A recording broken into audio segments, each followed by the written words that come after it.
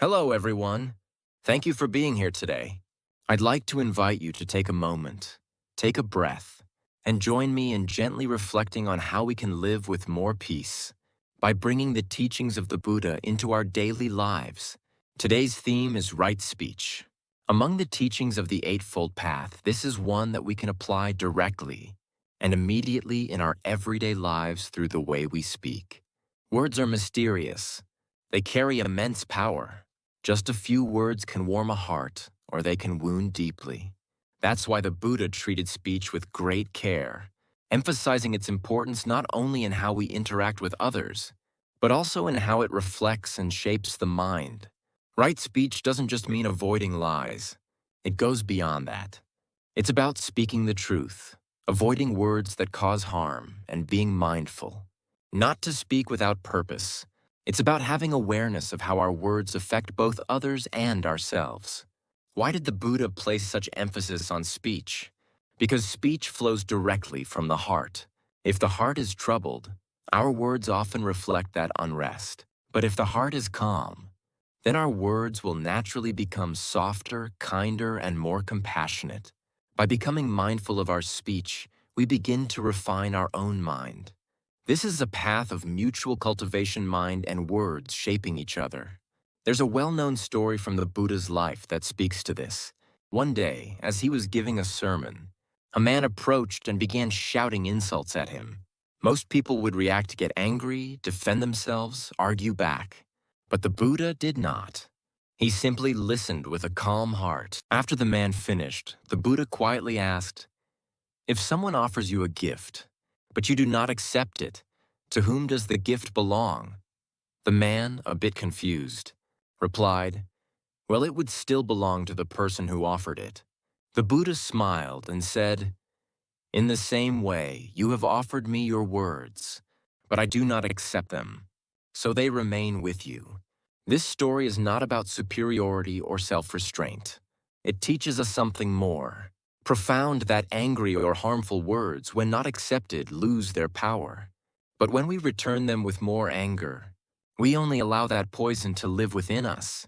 The Buddha taught that there are certain kinds of speech that disturb not only others, but also our own heart speech that is false, speech that divides people, speech that wounds, and speech that is meaningless or wasteful. These are all things we might do unconsciously. Tell a white lie, speak ill of someone behind their back, lash out in anger, or fill silence with gossip. But when we start to reflect, we begin to notice the effects these words have. Even when we say something with good intentions, if it leaves someone hurt, or if we ourselves feel regret afterward, perhaps that was not the right moment, or the right way. Right speech means becoming more conscious. Every word carries intention.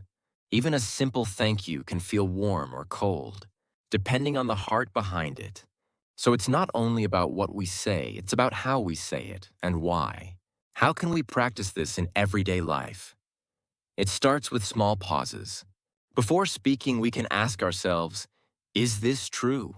Is this helpful? Is this the right time? And even if we make mistakes, and we will, it's important not to scold ourselves. Instead, we can simply notice it. Little by little, we begin to change. Right speech isn't about being silent or avoiding difficult conversations. It's about being honest with kindness.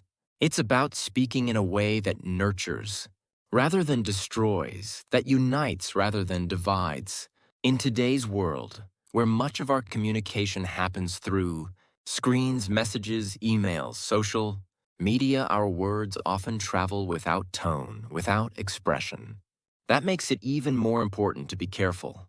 Just because we cannot see someone's face doesn't mean our words don't reach their heart. Often they reach even deeper. The Buddha called speech a mirror of the mind. If we pay attention to the words we use, we can understand the state of our own heart.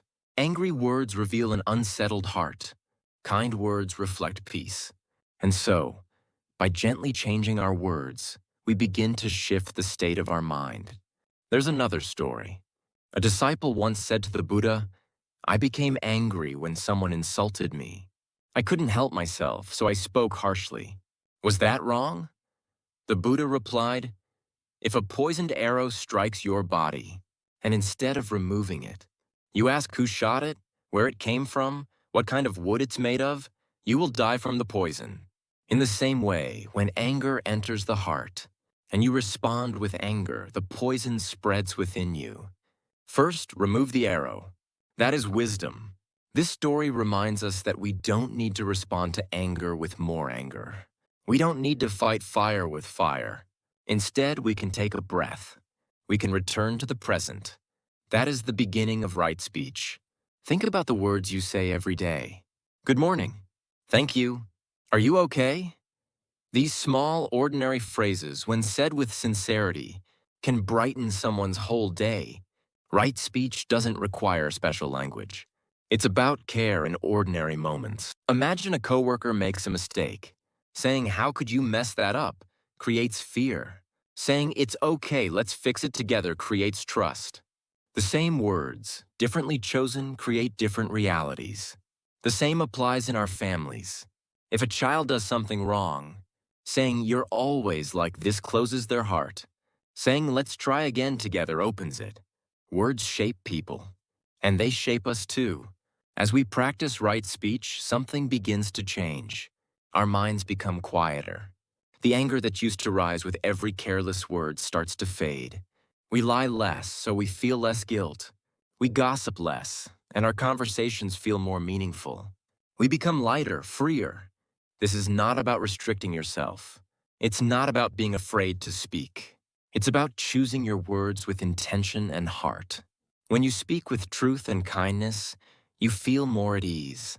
Your relationships deepen. You begin to live more harmoniously. And slowly, you'll begin to feel the quiet power of words. They're not just sounds. They carry the imprint of your heart. When your heart is clear, your words shine. And when your words shine, others feel it. The Buddha once said, "Kind words may be short and easy to speak, but their echoes are truly endless." We speak so many words every day. We won't be able to control them all. But if we can wake up each morning and ask, "What kind of words will I choose today?" That alone is the start of a new path. To live with right speech is to live with awareness. It is to live with compassion. It is to speak not from impulse, but from intention. And through that practice, we shape not only our relationships, but the very quality of our own heart. So let us take care with our words. Let them be honest, but gentle. Let them be clear, but warm. Let them bring peace to those who hear them, and peace to the one who speaks them. That's all for today. If you found this video helpful, please consider subscribing to the channel and giving it a thumbs up. I'd also love to hear your thoughts and experiences in the comments section. Wishing you a peaceful and fulfilling day. Thank you for watching. Until next time, may your heart be at peace.